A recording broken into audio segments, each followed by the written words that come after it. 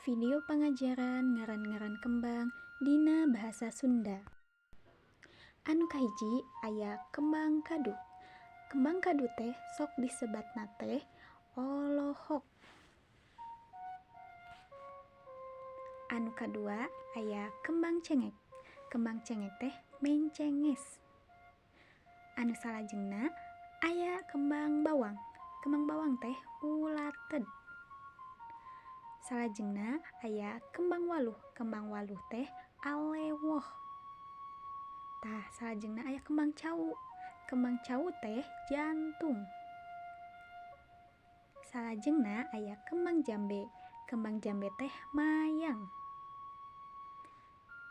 Tah, salajengna aya kembang kaso. Aya nu uninga leres pisan curiwis. Tah, salajengna aya kembang awi. Kembang awi teh eumbrek. Tah, salajengna mah aya kembang peuteuy. Kembang peuteuy teh pendul. Tah, nu pamungkas mah aya kembang laja.